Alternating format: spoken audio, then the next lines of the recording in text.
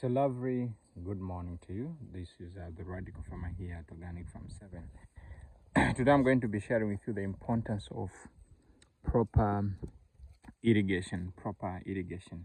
So irrigation plays a critical role in the success of a garden. You know, you can have nutrients available, you can have the right seedlings, you can have proper weeding, but without proper irrigation, your crops are not going to be doing very well. So I'm going to show you here. So at this component, at this part, I've just discovered that there isn't enough water coming here. You can see the leaves of this spinach. It seems like the jet which is supposed to be putting water here is not here. So it has affected the growth of the vegetables that are growing here. But when we go further this side, you can see the difference. Look at how healthy the vegetables are. Very, very different from the ones where there isn't enough water. Even coming down this side, and we've expanded down that side. We just planted a few new vegetables.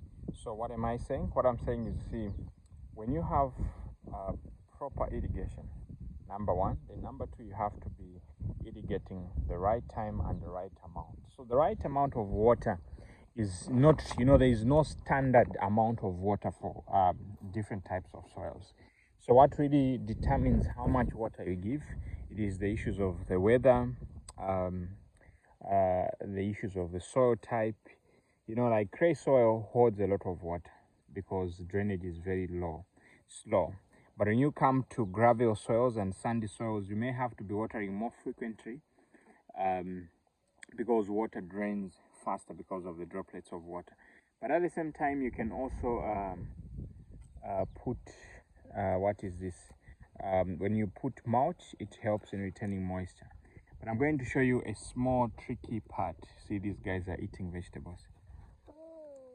Daddy.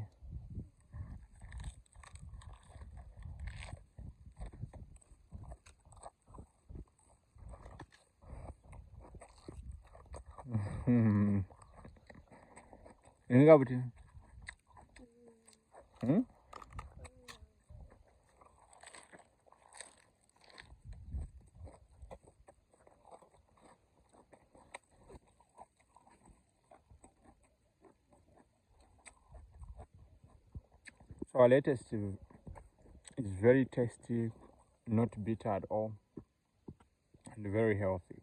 So how you determine whether the soil has water or not? So when you get your soil from the ground like this, when you hold it like this, so if it can hold together like this, it means there's enough moisture. But when you hold it like this, you see, like for example this one, and it doesn't hold together, then it means there isn't enough moisture. So you can use this to determine if there's water in your soil or not.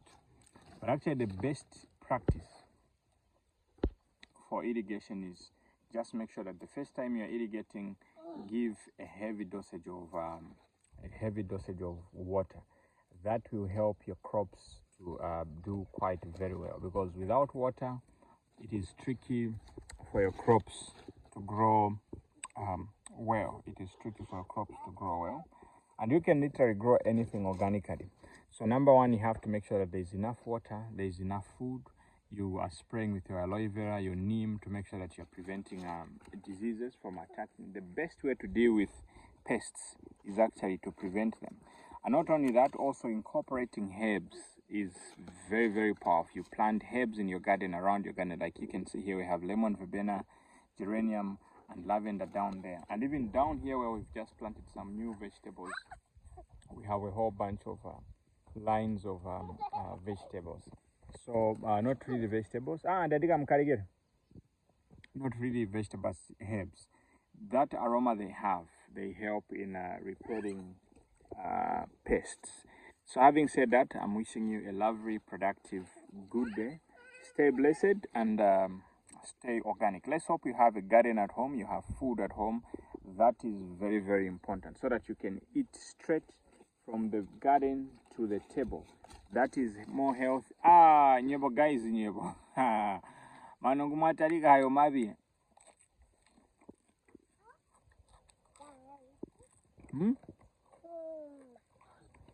Dimogwebe?